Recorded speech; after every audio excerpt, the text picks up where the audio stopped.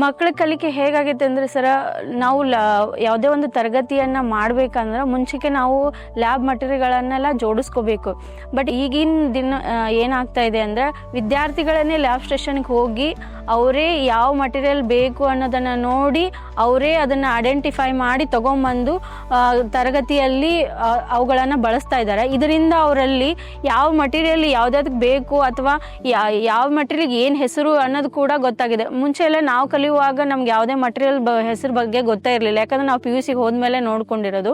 But ಈಗ ನಮ್ಮ ವಿದ್ಯಾರ್ಥಿಗಳು ಹಾಗಲ್ಲ, ಯಾವ ಹೆಸರು ಹೇಳಿದ್ರು ಕೂಡ ಅವರು ಏನು ಮಾಡ್ತಾರೆ, ಹೋಗಿ ಆ ಲ್ಯಾಬ್ ಸ್ಟೇಷನ್ಗೆ ಹೋಗಿ ಎಲ್ಲಿದೆ ಅನ್ನೋದನ್ನು ನೋಡಿ ತೊಗೊಂಬಂದು ಮಾಡ್ತಾರೆ. ಜೊತೆಗೆ ಅದನ್ನು ಹೇಗೆ ಯೂಸ್ ಮಾಡಬೇಕು, ಯಾವ ಥರ ಅದನ್ನು ಉಪಯೋಗಿಸ್ಬೇಕಂತ ಶಿಕ್ಷಕರು ಹೇಳುವಂಥ ಇನ್ಸ್ಟ್ರಕ್ಷನ್ ಮೇಲೆ ಅವರು ಸರಿಯಾಗಿ ಅದನ್ನು ಉಪಯೋಗಿಸ್ತಾರೆ. ಇದರಿಂದ ವಿದ್ಯಾರ್ಥಿಗಳಲ್ಲಿ ಏನಾಗಿದೆ ಅಂದರೆ, ಉಪಕರಣಗಳ ಬಗ್ಗೆ ಒಂದು ಜವಾಬ್ದಾರಿನೂ ಬೆಳೆದಿದೆ, ಅದನ್ನು ಹೇಗೆ ಉಪಯೋಗಿಸ್ಬೇಕು ಅನ್ನೋದೊಂದು ಅವರಲ್ಲಿ ಗೊತ್ತಾಗಿದೆ ಸರ್. ಇಲ್ಲಿ 2 ಶಾಲೆ ಬರ್ತವೆ, ಒಂದು ಹೆಣ್ಣು ಮಕ್ಕಳ ಶಾಲೆ, ಒಂದು ಗಂಡು ಮಕ್ಕಳ ಶಾಲೆ.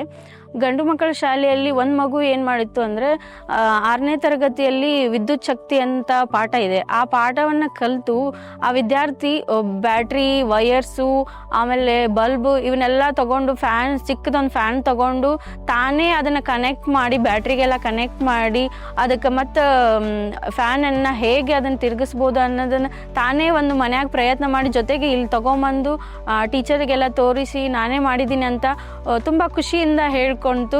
ಸೊ ಇದರಿಂದ ಗೊತ್ತಾಗುತ್ತೆ ಅವರಲ್ಲಿ ಹೇಗೆ ಅದು ಕಲಿಕೆ ಆಗಿದೆ, ಆಮೇಲೆ ಅದನ್ನು ಹೇಗೆ ಅವರು ತಮ್ಮ ಜೀವನದಲ್ಲಿ ಅಳವಡಿಸ್ಕೊಳ್ತಾ ಇದ್ದಾರೆ ಅನ್ನೋದನ್ನು ಇದರಿಂದ ಗೊತ್ತಾಗ್ತಾ ಇದೆ. ಆಮೇಲೆ ಕೋರ್ಸ್ ವೇರ್ ಕೂಡ ಪ್ರತಿದಿನ ಕ್ಲಾಸಲ್ಲಿನ ಅವ್ರು ಏನು ಮಾಡ್ತಾರೆ, ಪ್ರಯೋಗ ಮಾಡಿ ಅದರಲ್ಲಿ ಏನು ಕ್ವಶನ್ ಕೇಳಿದ್ರೆ ಅದನ್ನು ಹಾಗೇ ಬರೆದು ಬಿಡ್ತಾರೆ, ತಮ್ಮ ವರ್ಡ್ಸ್ಗಳಲ್ಲೇ ಬರೆದು.